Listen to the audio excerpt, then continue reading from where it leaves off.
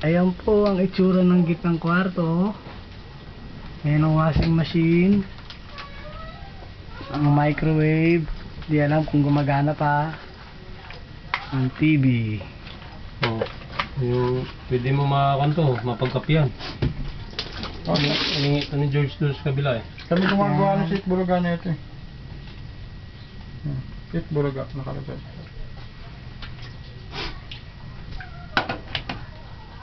Ayan ang mga gamit. Ayan, mga Oh, gamit. videoan mo yung bigas dyan, oh, yung natapon. Ayan kuya si Tito Glenn. Tinutulungan ako. Yung bigas dyan sa baba, oh, natapon. O yung bigas natapon. Tol. Ayan, nagkalat-kalat Tol, na. cash donation. Ayan ang gitnang kwarto. Ang itsura ng gitna.